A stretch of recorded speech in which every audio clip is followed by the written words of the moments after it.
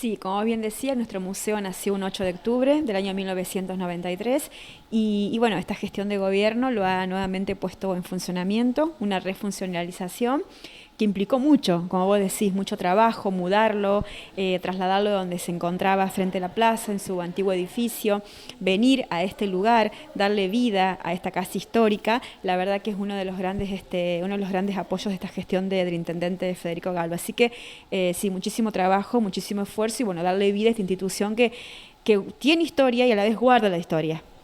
Esto es importante de destacar. En un principio, el entrar a un museo suponía un cuidado, un respeto. No todos, no toda la población podía ingresar a un museo y hoy por hoy, al menos desde nuestro país, desde hace ya algunas décadas, por qué no decirlo, se ha abierto más al público en general. La Noche de los Museos, por solo citar un ejemplo, donde realmente lo que se busca es vivir la historia, vivirla en primera persona. ¿Esto es así? Sí, lo que pasa es que los museos a lo largo de su historia han tenido toda una evolución. A partir del siglo XIX está lo que se llama la apertura. Previamente, los siglos anteriores, ya con la modernidad, el museo sí significó como un lugar cerrado donde se accedía a un determinado público. A partir del siglo XIX, nuevos enfoques museológicos que obviamente han hecho mucho hincapié en lo que es el siglo XX, con la creación del ICOM a fines de los 70, que hasta llega a establecer el Día Internacional de los Museos, donde hablamos de museos de puertas abiertas, donde hay museos con temáticas diferentes, con historias diferentes que cuentan, porque cada museo está en un contexto distinto, pero de apertura, ¿sí? De que cualquier persona, de cualquier condición, de cualquier edad, puede ingresar.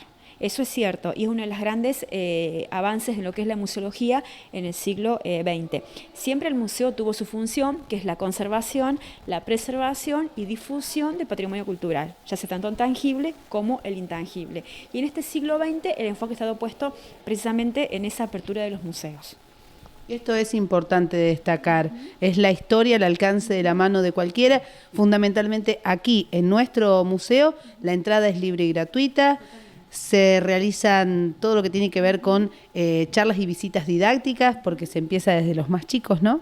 Exactamente, como vos decís, nuestro museo tiene entrada libre y gratuita, es una gestión de gobierno que apuesta muchísimo, el museo es municipal, los museos pueden ser de distinta gestión, el nuestro, gracias a Dios, es municipal, con un intendente que es Federico, que apoya y apuesta a este museo. Y como vos decís, empezamos de los más niños, acá ha venido salita de 4, niñitos hasta de los adolescentes, pasando y público, distintas edades y gente que pasa y entra. Sí, y hay un lenguaje para cada visita. Como vos lo has visto, bueno, para los niñitos hay un cuento, que es todo bueno con maqueta, que hace un componente didáctico que también forma parte de la vida del museo. Y después, bueno, hay otro tipo de explicación también para adolescentes y también para adultos que pasan y comentan y bueno, y ven lo que tenemos para ofrecer. Yo sé que coincidirás tal vez con esta afirmación, la historia en sí es un refugio porque es nuestro cordón umbilical con nuestra identidad. Y han ocurrido casos aquí en General de Valle de muchas personas que vienen de visitas, sobre todo en feriados o los días de verano, en su paso para el lago, descubren aquí el espacio, no tienen tal vez parientes ya viviendo aquí, y sin embargo algo de un dejo de nostalgia los hace entrar y terminan visitando todas las áreas, todos los espacios, ¿no? Vos sabés que eso que vos decís, Tami, es una constante acá. En el verano se dio mucho y se da, te digo, en cualquier momento, en cualquier época, pasa gente. El año pasado unas señoras que venían, no tenían ya más familiares acá y nada, pero estaban por un X motivo, pasaron a conocerlo y se quedaron realmente, habían tenido familiares acá encantadas. Vino un matrimonio hace un poquito tiempo, hace un mes aproximadamente, 2 meses, de Mendoza. Ellos pasaban por Levalle, entraban a pasar la noche y justo pasan por este lugar y ven y entran.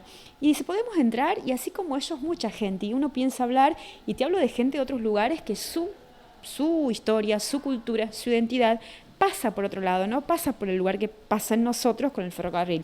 Ellos tienen otra vivencia en lo que es la historia y los museos. Entonces, eso es muy enriquecedor también.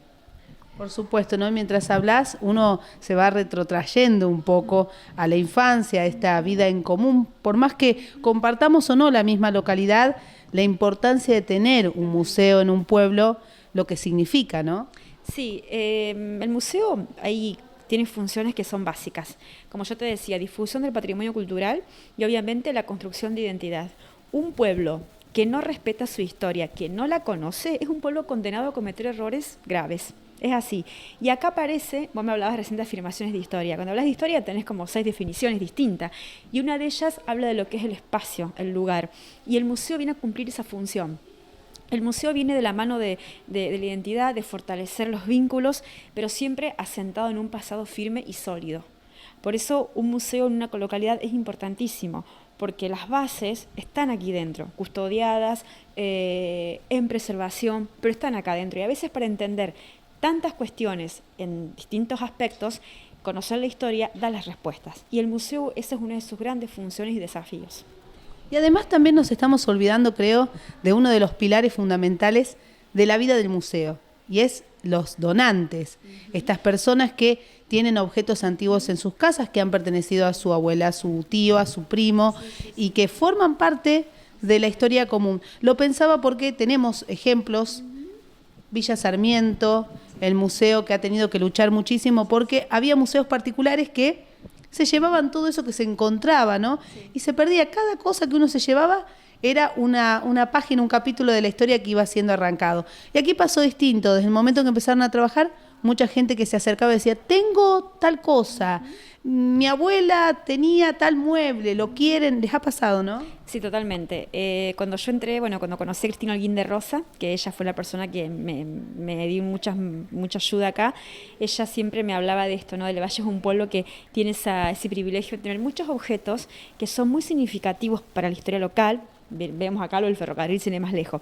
Y hoy pasa que gente, y yo tengo tal cosa, te la puedo traer, y la verdad que cuando vos ves el objeto, detrás del objeto hay una historia. ¿De qué me habla ese objeto? A ver, si yo veo un objeto, por ejemplo, miramos este que está acá, que es un cajón para harina, que pertenece a la familia Felia, que tiene que ver con la primera panadería que tuvo Levalle en la década del 20.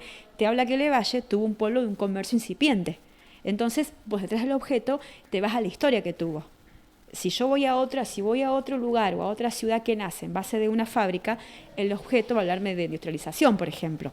Acá es distinto, acá me habla de un nacimiento en base a un ferrocarril, por ejemplo, y hay todo un proceso detrás. Por eso detrás del objeto, detrás del donante que lo trae, hay una importancia grande. Más allá, te voy a contar una anécdota que me pasó hace poco.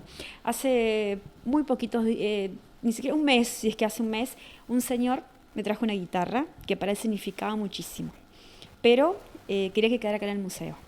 Y la verdad que cuando yo recibo ese objeto y él me lo entrega con una reseña de lo que era la guitarra, a quién perteneció y todo, él cuando se fue le da un beso y se le caen las lágrimas. Y yo como la recibo, lloré yo, porque para él significaba mucho y para mí significaba ver la emoción de la persona, pero dentro de un contexto que justo yo estaba con la historia de la música en local. Entonces esa guitarra, ese objeto, habla y mucho, como todo objeto, que hay dentro de un museo.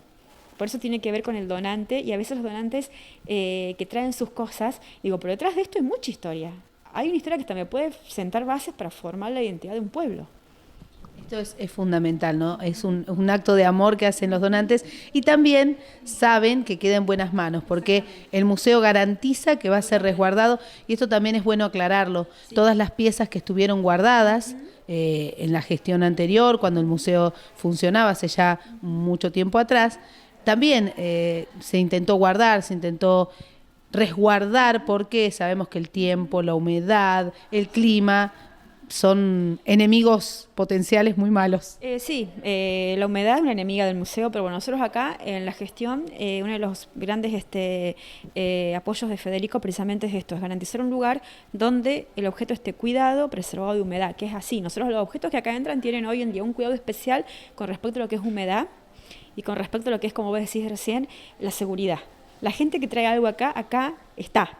¿Sí? Es esa confianza para que vean que traen algo, pero acá está. Y si alguien viene, yo como le decía a este señor, si usted esta guitarra la quiere porque es un afecto y un día me dice, quiero ir a verla, tranquilamente pueden venir a ver el objeto que trajeron. Bien, para mañana va a haber alguna actividad especial, van a estar las puertas abiertas durante más tiempo, ¿cómo se van a manejar con respecto al Día de los Museos, no? Mira, mañana, 18 de mayo, es el Día Internacional de los Museos. Esta fecha fue creada a fines de la década del 70, ¿por qué? Porque se crea el ICOM. El ICOM es una sigla en inglés, que es la Asociación Internacional de Museos. Es un poco con todo este contexto de abrir los museos, de dar otra mirada al museo en sí, con un desafío que era en la década de los 70, con desafíos que el museo tenía en ese momento, que tenían que ver con el contexto mundial de la época. hoy el museo tiene otros desafíos y todos los años, el 18 de mayo, se celebra el Día Internacional de los Museos. Esto es a nivel mundial. No se puede festejar el día 18, el fin de semana siguiente, en el mes. Todo lo que se hace ese mes está relacionado obviamente, a la actividad del museo. Este año el lema es museos hiperconectados, espacios nuevos, públicos nuevos. Acá el museo está, ya el mismo lema te dice hiperconectados. Te está hablando de la conexión que hay en el mundo de hoy, de una conexión que tiene ya que ver con lo que es lo digital. Entonces el lema de este año pasa por ese lado, adaptar al museo a los nuevos tiempos que se viven. Y mañana sí va a estar abierto. Va a estar abierto por la mañana de 10 a 12, de 18 a 20 normalmente, la gente que se quiera acercar, que quiera verlo, y estamos trabajando en proyectos nuevos, así que bueno, pero bueno, la gente que quiera venir mañana puede, te digo porque estamos ya con la muestra de la música llegando casi a su fin, todavía hay partes que las tenemos en pie para que se puedan ver, pero este mes de mayo siguen el martes, incluso hay una visita guiada, o sea, siguen las actividades del museo, solo que este mes estamos en un mes más especial.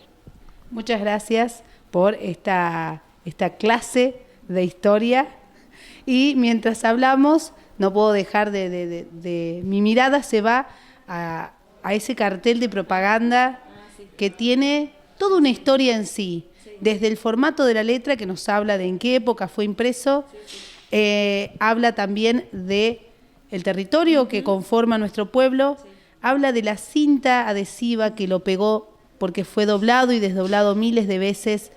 Y habla, por supuesto, como venimos diciendo en toda la nota, de nuestra identidad. ¿Qué documento de identidad para el pueblo, más que tener este cartel aquí, que nos habla de eso, ¿no? De nuestra historia desde los albores. Sí, lo que pasa es que es un cartel que, fíjate, está la gran firma, Genúe Menuto Martelli, que compra estas tierras al gobierno de la época, que bueno, esas tierras son fiscales, son compradas, y fíjate que es una propaganda para poblar. Recordemos que Levalle tiene una inmigración indirecta. La gente que viene a vivir acá, primero llegó al puerto, fue a otros lugares como Santa Fe, por ejemplo, o provincia de Buenos Aires, y luego, por esa indirecta, llega a estas tierras. Y estos carteles eran, si uno lo lee detenidamente, la propaganda donde se habla de terrenos, donde se habla del ferrocarril como factor fundamental y transporte que atrae. Pasajes, tarifas especiales. Pasajes baratos, obviamente, especiales para que la gente... Y así con esto se fue poblando este lugar, gracias también, yo siempre digo, vos decís documento de identidad, y sí, uno de los documentos de identidad de Levalle fue la bomba de agua, que le da nacimiento al pueblo que abastece al tren. Y bueno, el museo tiene hoy la gran responsabilidad, la gran misión de preservar esa historia. Muchas gracias, Vane. Por último, te quería decir que, siempre museos generalmente están en lugares que tienen naturaleza histórica. No hablemos de esta casa ni hablar que tiene una fuerte naturaleza histórica frente al ferrocarril, que es donde nace el pueblo. Y la verdad que es uno de los, hoy en día, este multiespacio municipal, Cultural Martelli, donde hoy está dentro del museo, la verdad que es uno de los lugares donde cuidamos, preservamos y difundimos la historia constantemente. Así que yo personalmente quiero agradecer muchísimo a Federico Galo por apostar tanto a la historia y a la cultura, así que eso es uno de los... Lo quiero sinceramente rescatar porque a veces no es fácil que un intendente tenga tanto interés en un museo. Gracias a Dios, Federico, es un gran apoyo que recibimos. Muchas gracias.